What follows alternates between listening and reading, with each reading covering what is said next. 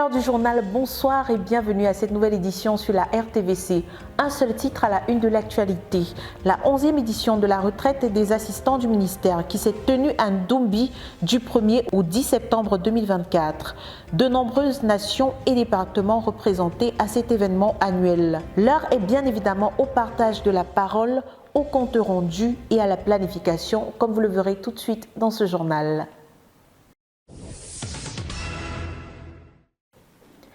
À Ndoumbi s'est tenue la 11e édition de la RAM, entendez la retraite des assistants du ministère, comme toujours présidée par le pasteur Théodore Andossé, leader de la CMCI.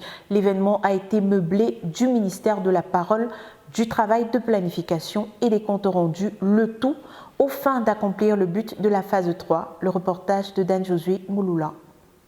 La 11e édition de la retraite des ministres assistants du frère Théodore Andossé a eu lieu du 1er au 10 septembre dernier du côté de Ndoumbi. Ce fut un rendez-vous avec Dieu qui a été marqué par de nombreuses paroles d'encouragement du Seigneur, qui a dit dans le passage de Sophonie chapitre 3, le verset 17, en entame de cette retraite, je cite, « Le Seigneur ton Dieu est au milieu de toi.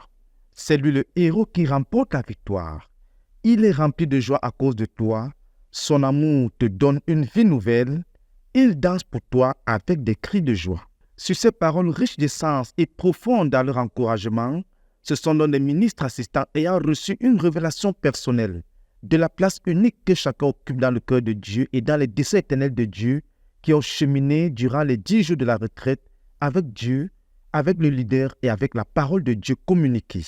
Le fardeau de voir les dirigeants en place actuellement dans notre ministère de continuer de se développer et de grandir a été au cœur du ministère de la parole.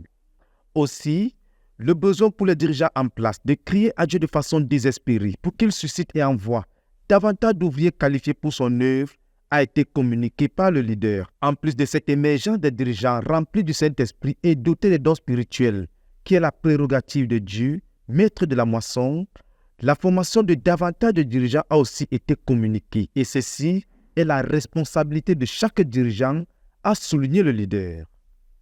La Bible étant notre référence, le frère Théodore Andossé a présenté des modèles bibliques de dirigeants qui ont connu la croissance, des transitions et des changements dans leur leadership en vue de l'efficacité dans l'accomplissement des desseins de Dieu.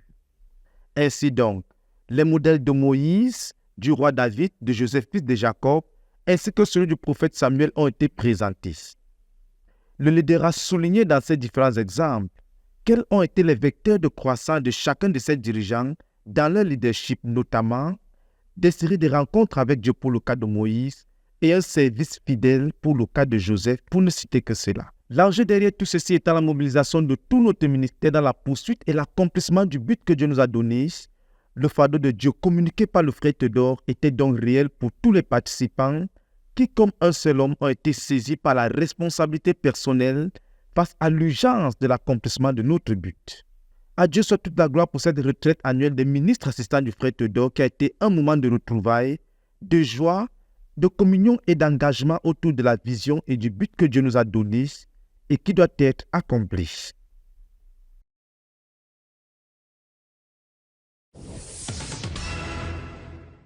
Comme établi par le frère Théodore Andossé depuis déjà 2 ans, la 2e édition du séminaire FESIDEF et partenaires a été organisée durant cette rame et piloté par les frères Calvin Wuncha, missionnaire de notre œuvre au Canada, et le frère Stéphane Tala, l'un des pasteurs de l'église à Paris, par ailleurs directeur général de la FESIDEF. Pour cette année, les départements de notre œuvre qui ont été renforcés durant le séminaire de l'année dernière ont tout d'abord été invités à présenter les réalisations qu'ils ont enregistrées l'année dernière à partir des ressources reçues. Ensuite, les états des besoins actuels ont été présentés et les besoins les plus urgents et réellement ressentis ont été adressés sur place par les participants à ce séminaire. Pour cette année, l'université ZITIEF, les écoles maternelles, primaires et secondaires ZITIEF dans notre ministère ont été au cœur du séminaire. Après cette conférence, vraiment mes impressions sont très bonnes. Je félicite vraiment cette initiative parce qu'à cause de cette conférence que nous avons tenue l'année dernière, cette année, toute notre école est électrifiée, la peinture sur tous les bâtiments et nous avons les ordinateurs Et puis, vraiment, je suis satisfaite. Aussi, le département des œuvres de miséricorde, l'un des grands bénéficiaires de ce programme, a également témoigné des grandes avancées enregistrées grâce aux apports des partenaires réunis à ce séminaire. C'est donc une véritable satisfaction pour le promoteur de ce séminaire que de voir des grands pas en avant enregistrés pour notre œuvre. Moi, je suis le docteur Calvin Oulcha, diplômé de l'Université de Montréal où j'ai eu mon doctorat en mathématiques appliquées, mais je suis professeur au Cégep Montmorency à Laval, dans la grande région de Montréal, et je suis très fier du Cégep Montmorency, n'est-ce pas, qui soutient mes déplacements pour ces événements PESIDEV et partenaires qui sont centrés, par exemple, cette année sur l'avancement de nos institutions académiques, c'est-à-dire les collèges privés, les collèges privés ZTF, les écoles primaires ZTF, les universités ZTF, en particulier l'université ZTF pour qui, lors de ces conférences-ci, on compte inaugurer la salle informatique, la salle multimédia, les salles multimédia d'une capacité de plus de 100 ordinateurs, qui est au centre des réjouissances de cette année. Et voilà, ainsi que ce qu'on fait aussi pour nos cliniques et tout. Alors ce que je porte à la tête, c'est les écoles primaires ZTF ont fait une belle présentation aujourd'hui, étaient très reconnaissants pour tout ce qu'on leur a apporté comme support après les conférences de septembre 2023. Donc septembre 2024, voilà, on est en train de voir qu'est-ce qu'on va faire pour les autres. Voilà, c'est cela, je suis très très heureux de donner cette interview. Alors nous sommes au 3e jour du séminaire dont le thème porte sur l'avancement de nos institutions à la fois académiques et œuvres de miséricorde. Et c'est vrai que nous sommes très agréablement surpris parce que nous avons pu toucher du doigt les avancées ou alors la concrétisation du séminaire 2023, notamment pour l'école bilingue au niveau primaire. On a écouté ce qui a été fait par la fondatrice. C'est très encourageant. Et cette année-ci, on constate un certain engouement. Parce que quand nous venions, nous avions en idée d'orienter le séminaire vers les écoles pilotes, donc celles qui sont à Koumé. Mais nous nous rendons compte que des écoles en dehors de Koumé aussi ont manifesté un certain intérêt et on voit les besoins que ces écoles ont. Et même pour nos partenaires qui sont en dehors du Cameroun, qui sont aussi présents et qui répondent positivement aux sollicitations. Donc c'est un sentiment très positif du séminaire. Et en tout cas demain, nous allons avoir la journée sur nos œuvres de miséricorde et notamment l'hôpital aussi, et on verra comment est-ce que ça va se dérouler. À Dieu soit toute la gloire pour cette initiative qui déjà porte des fruits visibles dans notre ministère. Le dernier en date étant l'acquisition de 2 salles multimédia toutes équipées pour notre université ZTF. De Koumé pour la RTVC, Dan Josué Boulabekoum. 31e siège de prière de l'année 2024, dirigé par la sœur Esther Konan. Les saints ont prié pour la protection des rameurs, le leader et ses ministères à venir, les dirigeants et bien entendu l'œuvre en général. Le reportage de Jacques Kouetché. L'armée de la sœur Esther a victorieusement achevé à Koumé ce jour vers 15h le 31e siège de prière de l'année 2024. Son objectif premier, c'était de ramener chaque ministre assistant du frère Théodore dans sa nation, dans sa ville et dans sa maison après leur retraite. Les autres objectifs comprenaient entre autres le leader, ses autres fardeaux de leadership, son ministère à Ebolova dans les jours à venir, tous les dirigeants à tous les niveaux dans le ministère de Koumé jusqu'aux extrémités de la terre, la veille sur le ministère et sur chaque sein du ministère en particulier. Cette bataille qui aura duré environ 32 heures a débuté le 9 septembre à 7 heures du matin. Compte tenu du caractère déterminant de ce combat, la dirigeante du Centre de prière et de jeunes de la conquête du monde a quitté justement cette retraite pour venir lancer les hostilités. Et puisqu'il s'agit donc d'un combat de Dieu, de siéger avec Dieu et pour Dieu, pour que sa volonté s'accomplisse, pour que sa volonté soit faite, pour que ses desseins pour notre ministère s'accomplissent, la sœur Esther a ramené ses soldats, a établi Jésus-Christ comme Seigneur dans sa vie. Qu'est-ce que cela signifie? Que Jésus-Christ est Seigneur dans ta vie. Quand il dit va à gauche, tu vas à gauche. Quand il dit va à droite, tu vas à droite. Quand il dit avance, tu avances. Il dit arrête, tu arrêtes. Donc c'est ça que cela veut dire, Seigneur, tu n'as pas d'argent, tout l'argent que tu as entre tes mains, s'il dit donne tout ça à un frère, à un de mes enfants, tu donnes, tu ne dis pas que moi aussi j'ai une famille. Oui, c'est cela. Donc si tu travailles, il dit arrête maintenant le travail, tu arrêtes. Si tu as envoyé tes enfants à l'école, comme beaucoup disent, pour qu'ils viennent t'aider, dès qu'il a le PhD, le Seigneur dit, maintenant celui-ci, je l'envoie dans la forêt de Choukankan, comme on dit, je ne sais même pas où ça se trouve. Tu ne dis pas que ouais, mon enfant, si, je l'envoyais à l'école pour qu'il vienne et puis il situe la famille. Tu l'envoies et il part là-bas. Et tu cherches même l'argent pour mettre dans son sac. La mère de Samuel n'avait pas amené Samuel au temple vide. Elle était venue avec lui et quelque chose. Après cette exhortation, il y a eu des proclamations pour établir le Seigneur Jésus comme Seigneur dans la vie de chaque saint, dans l'église du quartier général et dans tout notre ministère de Koumé jusqu'aux extrémités de la terre. Immédiatement après cette phase préliminaire, les batailles pour les voyages ont commencé. Et pour chaque nation représentée à la retraite des ministres assistants du leader, pour chaque assistant du ministère à cette retraite avec le frère Théodore, la sœur Esther et ses combattants se sont tenus devant Dieu pour tailler en pièces tous les obstacles sur leur chemin et conduire ses serviteurs de Dieu, chacun dans sa nation, dans sa ville et jusque dans sa maison. Par la suite, les autres combats ont tourné autour du leader. Certains de ces fardeaux critiques du leadership de l'heure, son ministère à Ebolova dans les jours à venir. La protection physique et spirituelle de tous les dirigeants à tous les niveaux de l'œuvre de Koumé jusqu'aux extrémités de la terre. Pour ce qui concerne le but de la phase 3, 4000 faiseurs de disciples additionnels qui obéissent au message de Berthois, 3900 églises maisons additionnelles de 50 à 100 membres et 4100 maisons additionnelles qui doivent abriter les églises de maisons de 50 à 100 membres pendant la phase 3 ont été accouchés dans la prière. La sœur Esther et ses combattants ont aussi combattu avec Dieu pour la croisade d'évangélisation de 10 jours à l'église de Douala. Et ils ont crié à l'Éternel pour le réveil de tous et de chacun dans la communauté missionnaire chrétienne internationale et ils ont veillé sur chaque saint du ministère de Koumé jusqu'aux extrémités de la terre. À 15 heures précises, ils se sont tenus devant Dieu pour reconnaître que nous sommes des serviteurs inutiles. Nous avons fait ce qui nous a été ordonné de faire et nous voici prêts pour la prochaine bataille. À celui qui est assis sur le trône et à l'agneau, la gloire et la révérence pour ce siège de prière et son impact.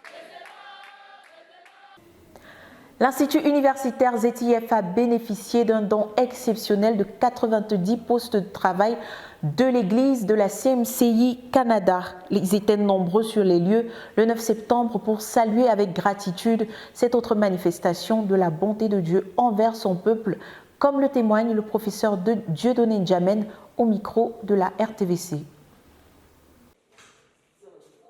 Ce lundi 9 septembre 2024 marque donc un grand bond en avant dans notre université ZIF basée à Koumé, puisque ce jour a eu lieu la cérémonie de réception des 2 salles multimédia de l'université offertes par les sœurs de notre œuvre au Canada. C'est donc un total de 90 postes bien équipés d'ordinateurs de qualité qui a été réceptionné. C'est donc une forte équipe de ministres assistants et de la délégation des frères venus du Canada pour la RAM qui ont été mandatés par le frère Théodore Andossé pour recevoir ce don pour tout notre ministère et le consacrer au Seigneur afin qu'il serve au dessein pour lequel Dieu a amené cela à l'existence. Le pasteur Albert Congo, missionnaire de notre œuvre en France, a conduit la cérémonie. Après avoir exprimé sa gratitude au Seigneur, il a conduit les frères présents à exprimer en chanson leur reconnaissance au Seigneur.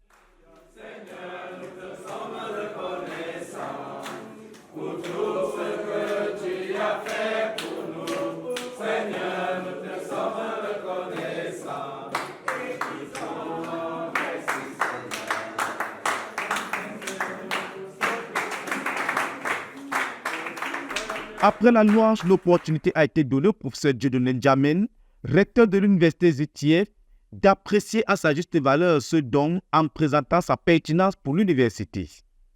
Pour le recteur, ce don vient à point nommé puisque le système éducatif au Cameroun est basé sur la distance education qui a été précipité avec l'avènement du Covid-19, avec un point d'honneur mis sur le besoin pour les étudiants d'avoir tout ce qu'il faut à leur disposition pour les travaux de recherche. Aussi, ce dont permettra aux enseignants de l'université ZTF qui sont hors du Cameroun de pouvoir avoir des séances de cours à distance. Ces salles multimédia qui nous ont offerts, so this multimedia hall that's been offered to us, sont très importants. They are very, very important. Désormais, ce sera possible pour nous de faire des cours en ligne. Henceforth, it will be possible for us to have courses online, des cours en visioconférence, Ça fait qu'on peut profiter de l'expertise de ceux qui ne sont pas sur place au Cameroun, mais qui sont au loin et qui peuvent donc dispenser des cours à distance. Which means we can use the opportunity offered by our brethren who are not in Cameroon to learn from them. Pour donner un historique du projet, le Dr Calvin Wuntia, dirigeant national de l'Euro-Canada et par ailleurs enseignant d'université en mathématiques, est venu présenter les voies et moyens ainsi que les hommes dont le Seigneur s'est servi pour amener à l'existence ce projet. Il n'a pas manqué de remercier les frères et toutes les personnes de l'Euro-Canada qui ont été impliquées dans l'exécution de ce projet. Il a étendu ses remerciements au directeur du quartier général, au recteur de l'université, qui ont piloté les finitions des 2 salles multimédia. Et il y a beaucoup de personnes individuelles. And there are many individuals. Le docteur Tala de France. Dr. Tala of France. La docteur Florence Wekapé de Montréal. Florence Wekapé. Et un certain nombre de personnes qui ont donné financièrement who contributed financially pour soutenir le projet. To back the project. Et ça a pu permettre d'acheter ces écrans-ci. So that we could acquire this screen, the boards. Et tout le matériel dont on dit que le frère Gostein a dû acheter ici. And all the material that we have got time bought. Sur ces témoignages, les sœurs ont élevé leur voix au Seigneur par des actions de grâce et des louanges ainsi que des prières. Et quelque nature que ce soit, dans le nom de Jésus-Christ, nous bâtissons une règle de protection autour de cette salle, afin qu'aucun dommage, aucune intempérie, rien ne vienne endommager avant temps ce matériel, mais qu'il fonctionne pendant très longtemps, qu'il soit protégé de tout genre d'attaque de Satan. Oh Seigneur, que ce lieu soit ton lieu. Père, que des compétences soient formées ici, que des intellectuels soient formés ici, au nom de Jésus-Christ. Amen. Amen. Les 2 salles ont ensuite été réceptionnées par des messages simples rédigés par 2 des doyens de l'équipe qui ont présidé la cérémonie. Pour le docteur Albert Congo, la salle a été réceptionnée pour la gloire de Dieu seul. Et pour le docteur Emmanuel Donangongue, spécialiste en géologie et des sciences de la Terre, ces salles multimédia ont été dédiées à l'application des technologies de l'information et de la communication dans toutes les disciplines, en commençant par les sciences de la Terre. C'est donc un véritable bond en avant et un décollage avec une vitesse initiale élevée selon le recteur de l'université ZTF. Décollage, ça c'est un départ avec une grande vitesse initiale qui nous permet donc déjà de pouvoir faire intervenir des grands experts du monde entier qui peuvent faire des cours en visioconférence, en vidéoconférence. Et donc, comme je disais, une université, c'est d'abord la qualité des enseignants. Et avec ces salles multimédia, nous pouvons donc faire intervenir des experts de tous les coins du monde. Donc, c'est un très bon départ pour l'université ZTF et nous ne pouvons que dire merci à tous les donateurs et tous les facilitateurs et rendre également grâce à Dieu. Pour le docteur Calvin Wuntia, c'est une joie et un privilège de faire partie de ces grands projets et d'y apporter leur contribution en tant qu'équipe. Ça nous fait plaisir là de commencer notre premier vrai pas en tant que Fédération des Seigneurs internationaux pour le développement au niveau du Canada, par cette offrande de 2 salles multimédia à l'université ZTF qui se veut en fait faire finalement une université technologique, pratique, oui, qui forme des gens. Dernièrement, là, le chef de l'Institut agropastoral nous parlait là du fait qu'on va former des élèves qui sont par exemple spécialistes à élever les escargots pour utiliser la corde de l'escargot pour faire des choses, la viande de l'escargot et l'huile de l'escargot et la bave de l'escargot, comme dit le recteur. Donc, c'était très impressionnant et ça nous fait beaucoup de plaisir de faire partie de ce grand mouvement, de cette université qui a de grands rêves. Et bon, Par la grâce de Dieu, une série de miracles s'enchaîne pour le compte de l'université ZTF, avec notamment la série des signatures des autorisations d'ouverture et de fonctionnement de nos institutions académiques universitaires par les ministères de la Santé, de l'emploi et de la formation professionnelle et celle du ministère de l'enseignement supérieur, qui est la dernière autorisation en date accordée à notre université. À Dieu soit toute la gloire. Document pour la RTVC, Dan Josué Mouloula Beko.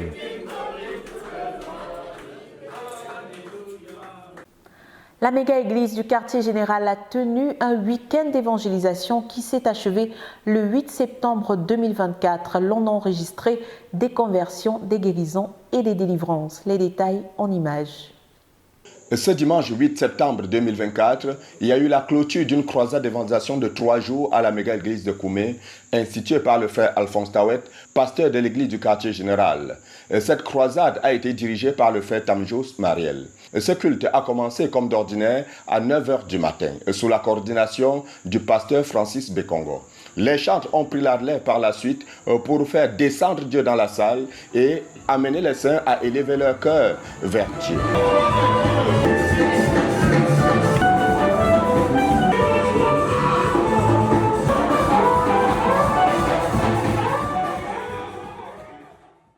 Le prédicateur de la croisade a pris la parole par la suite. Son message a été tiré de Marc chapitre 10, versets 43 à 53. Et il a dit que dans ce passage, Bartimée a entendu parler de Jésus-Christ et a crié « Jésus, fils de David, aie pitié de moi ». Et l'orateur a montré que Jéricho représente le monde et Bartimée incarne la condition de l'homme dans le monde ténébreux. Il a dit que pour être délivré de la condition de l'homme dans les ténèbres du péché, tel que Bartimée, il a dit qu'il faut crier à Jésus de tout son cœur, comme l'a fait ce mendiant aveugle. Et ainsi, il a invité tous ceux qui se retrouvaient dans cette condition à venir à Christ. En réponse à cet appel, 23 personnes sont venues à la repentance. Pendant ces 3 jours de campagne, on aura enregistré 6 conversions à Jésus-Christ le vendredi soir, 14 conversions à Jésus-Christ le samedi soir, et ce qui fait un total de 43 conversions pendant ce week-end d'évangélisation. Et puisqu'il y avait ministère de guérison et délivrance chaque soir, on a comptabilisé en tout 30 guérisons et 23 délivrances. Ce culte s'est achevé par la bénédiction des parents et des élèves en cette veille de rentrée scolaire par le corps des dirigeants. Gloire au Seigneur pour ce culte et son impact. De Koumé pour la RTVC, Jacques Koueché. Assurer le suivi des camps bibliques de la Fondation qui s'est tenue à Koumé, telle a été la raison d'être de la 24e session de l'UMPJ annexe DDA qui s'est tenue tous les jeudis du 15 août au 5 septembre 2024, le tout sous la coordination de la sœur Marie-Christine Bolega, responsable de l'institution. Le reportage. Le ministère aux jeunes de l'église de DDA, en collaboration avec l'Université mondiale de la prière et du jeûne annexe de DDA, a organisé une session spéciale réservée aux jeunes dans le cadre du suivi du camp de la Fondation. Pour cette 2e édition, 45 jeunes en moyenne ont pris part à cette 34e session de l'UMPJ annexe DDA. Du 15 août au 5 septembre, les jeunes ont été réunis jeudi après jeudi de 20h à 6h du matin pour un total de 40 heures de suivi sous la coordination de la sœur Marie-Christine Bolega, responsable de la maison de prière DDA pour toutes les nations, et du frère Gilbert Ngoyo, le pasteur des jeunes. Le travail consistait à revenir sur l'enseignement du camp de la Fondation, à l'étude du livre « Connaître Dieu, le plus grand besoin de l'heure » et à la capacité de pouvoir tenir un cahier d'action de grâce. Depuis qu'on nous a pris sur la Fondation, on nous a dit que si tu n'es pas sérieux avec Dieu, tu ne peux pas faire une bonne fondation. Mais si tu es sérieux, tu peux faire une bonne fondation. Et depuis ce jour, je ne mens plus et je ne vole plus. Dans le souci d'accorder aux jeunes une fondation solide qui leur permettra de réagir avec sagesse face aux difficultés de la vie qui seront leur partage, un accent particulier a été mis sur les disciplines spirituelles que sont les rencontres dynamiques quotidiennes avec Dieu, la prière seule, la lecture biblique, mais aussi la fidélité et la ponctualité à la session, sans pourtant omettre le jeûne et la régularité dans les chambres de prière. Je me rends compte aussi parce que je ne lisais pas la Bible.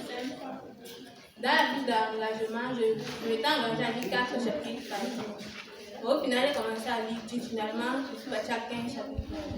À la sortie solennelle du samedi 7 septembre 2024, les 5 meilleurs étudiants dans chaque domaine ont reçu des prix, parmi lesquels le prix spécial Emilia Tendo de la main de leurs encadreurs.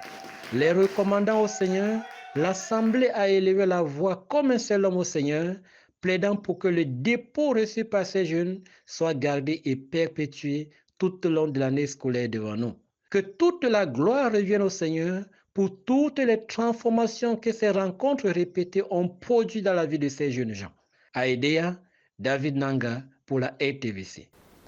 Chers téléspectateurs, c'est la fin de ce journal. Merci de nous avoir suivis de bout en bout. Surtout, restez connectés à la Radio Television Voice of the Cross. C'est la chaîne de la Bible. Que Dieu vous bénisse.